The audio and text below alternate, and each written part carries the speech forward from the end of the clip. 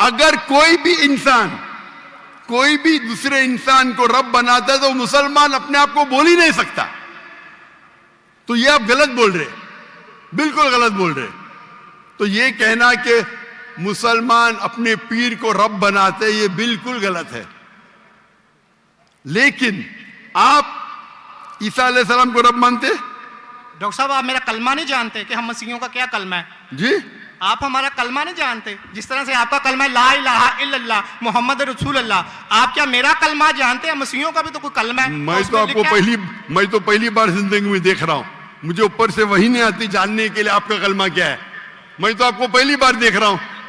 Okay. आप मुझे देखते होंगे टीवी पे. जी जी अल्हम्दुलिल्लाह. और मेरे पास इल्म गैब नहीं है जी. मुझे वही नहीं आती. क्या आप जानते नहीं? मैं सीधा सवाल पूछता हूं कि आप ईसा अलैहिस्सलाम को खुदा मानते क्या नहीं, तो आप मुझे उल्टा सवाल कर रहे हैं. सो सॉरी जी, मैं उन्हें कलमतुल्लाह के लिहाज से खुदा मानता हूं. कलमतुल्लाह. जी कलमतुल्लाह मतलब अल्लाह का कलाम. जी जो भी अल्लाह के पैगंबर है, हर अल्लाह का पैगंबर कलमतुल्लाह है. ये आपको पता नहीं? चाहे आदम अलैहिस्सलाम हो, चाहे मूसा अलैहिस्सलाम हो, चाहे ईसा अलैहिस्सलाम हो, चाहे मोहम्मद सल्लल्लाहु अलैहि वसल्लम हो, हर पैगंबर को एक लक़ब दिया जाता है. मिसाल के तौर पे इब्राहिम अलैहिस्सलाम अल्लाह के दोस्त थे. उसका मतलब नहीं कि बाकी पैगंबर का दुश्मन थे. आपको पता ही नहीं, इल्म भी नहीं कुरान के बारे में. मेरा सीधा सवाल था कि आप ईसा अलैहिस्सलाम को रब मानते? आपने बोला हाँ. उसका मतलब आप शिर्क करते. पूरे बाइबल में, कहीं भी बाइबल में एक जगह आप दिखाइए बिना कोई शुबा, विदाउट एनी एम्बिग्विटी, अनइक्विवोकली, आप एक जगह बताइए जहां ईसा अलैहिस्सलाम खुद कहते हैं बाइबल में क्या मैं खुदा हूं या मेरी इबादत करो, मैं ईसाई बनने को तैयार हूं. एक जगह, दो जगह नहीं. किधर भी बाइबल में नहीं लिखा है कि ईसा अलैहिस्सलाम खुद फरमाते हैं कि मैं खुदा हूं या मेरी इबादत करो. अगर आप बाइबल पढ़ेंगे, Gospel of John chapter number 14 verse number 28, my father is greater than I, मेरे वालिद, मेरे रब मेरे से महान है. Gospel of John chapter number 10 verse number 29, Gospel of John chapter number 10 verse number 29, my father is greater than all, मेरे वालिद मेरे रब सबसे महान है. Gospel of Matthew chapter number 12 verse number 28, I cast out devil with the spirit of God, मैं शैताना को भगाता हूं अल्लाह की मदद से. Gospel of Luke chapter number 11 verse number 20, I with the finger of God cast out devil, मैं अल्लाह की मदद से शैतानों को भगाता हूं. Gospel of John chapter number 5 verse number 30, I can of my own self do nothing, as I judge my judgment is just, for I seek not my will but the will of my Father. I can of my own self do nothing, मैं अपने आप कुछ भी नहीं कर सकता हूं. As I see I judge, जैसे मैं देखता हूं वैसा मैं जज करता हूं. I can of my own self do nothing, as I see I judge, and whatever I hear I see, and मेरी पूरी ख्वाहिशें अपने रब के ख्वाहिश, as the will of my God. कोई भी कहता है कि मेरी ख्वाहिश अल्लाह के ख्वाहिश के मुताबिक है, उसे कहते हैं मुस्लिम. बाइबल में लिखेला है Gospel of Matthew chapter number 5 verse number 17-18, think not that I have come to destroy the law and the prophets. I have come not to destroy but to fulfill. आप ये मत समझो क्या मैं बाकी दस्तूर और बाकी पैगंबर के खिलाफ आया हूं, मैं उनको कायम करने के लिए आया. Think not that I have come to destroy the law and the prophets. I have come not to destroy but to fulfill. And if not one jot or tittle shall pass away from the law until all be fulfilled. एक तिनका भी नहीं पास होगा जब तक सारा मुकम्मल होगा. And if anyone breaks one of the least commandments and teach men to do so, shall be called least in the kingdom of heaven. अगर एक भी आपने अहकाम को नहीं माना तो आप एकदम कम होंगे you shall be least in the kingdom of heaven. यानी अल्लाह के नजदीक आप एकदम कम होंगे. And whosoever shall keep them and teach them the so, they will call great in the kingdom of heaven. और अगर जो भी अल्लाह के अहकामात को मानता है वो अल्लाह के नजदीक महान होगा. क्लियरली निकला है कि, और मैं आयत बाइबल को कोट करते जा सकता हूं, 1 नहीं 2 10 25. Unless your righteousness exceeds the righteousness of the scribes and the Pharisees, in no way shall you enter the kingdom of heaven. अगर आप यहूद से और बेहतर नहीं होंगे तो आप कभी भी जन्नत में नहीं जाएंगे. जब तक आप जितने पैगामात जो मूसा अलैहिस्सलाम ने दिए उस पे अमल नहीं करेंगे और यहूद से बेहतर नहीं रहेंगे, आप कभी भी जन्नत में नहीं जाएंगे. लिखा है गॉस्पेल ऑफ जॉन में chapter number 14 verse number 24. The words that you hear are not mine, but my Father who has sent me. ईसा अलैहिस्सलाम कहते, जो आप मेरे अल्फाज सुनते हैं वो मेरे नहीं है, वो मेरे रब के हैं जिन्होंने मुझे भेजा. ईसा अलैहिस्सलाम फरमाते, Gospel of John chapter number 17 verse number 3, this is life eternal, so that you may know there is one God and Jesus Christ whom thou hast sent. आप जान लो कि ये जिंदगी है और रब एक है जिसने भेजा ईसा अलैहिस्सलाम को. मैं कितने हवाले दे सकता हूं जहां ईसा अलैहिस्सलाम साफ कहते हैं कि मैं खुदा नहीं हूं, मैं अल्लाह का पैगंबर हूं. लेकिन आप लोग की गलत फहमी है, आप बाइबल नहीं पढ़ते, आप चर्च को मानते. बाइबल में एक जगह भी नहीं लिखा है साफ अल्फाजों में, बिना कोई शक, बिना कोई शिबा, जहां ईसा अलैहिस्सलाम खुद कहते हैं कि मैं खुदा हूं या मेरी इबादत करो. तो अगर आप बाइबल को सही तरीके से पढ़ेंगे तो आप सही रास्ते पे आएंगे. अफसोस की बात है कि आप बाइबल को ज्यादा नहीं पढ़ते लेकिन चर्च को मानते. मैं हर मजहबी इंसान से कहता हूं, अगर आपको आपका मजहब फॉलो करना है तो अपनी किताब पे अमल करो. अगर किताब पे अमल करेंगे, इसीलिए मैं मुसलमान को भी कहता हूं कि आपको अगर अच्छा मुसलमान बनना है तो कुरान पे अमल करो, सही हदीस पे अमल करो. और अगर कोई भी कुछ कहता है उसे जांच करो कुरान और हदीस से. अगर कुरान और हदीस के मुताबिक है तो उस पे अमल करो, अगर कुरान और हदीस के मुताबिक नहीं है तो उस पे अमल मत करो. मैं आपसे भी कहता हूं, अगर आपको अच्छा ईसाई बनने का है तो आप बाइबल पढ़िए, उस पे अमल करिए. इंशाअल्लाह बाइबल में लिखा एक रब एक है,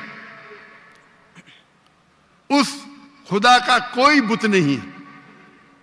ईसा अलैहिस्सलाम कभी भी अपने आप को खुदा नहीं कहते.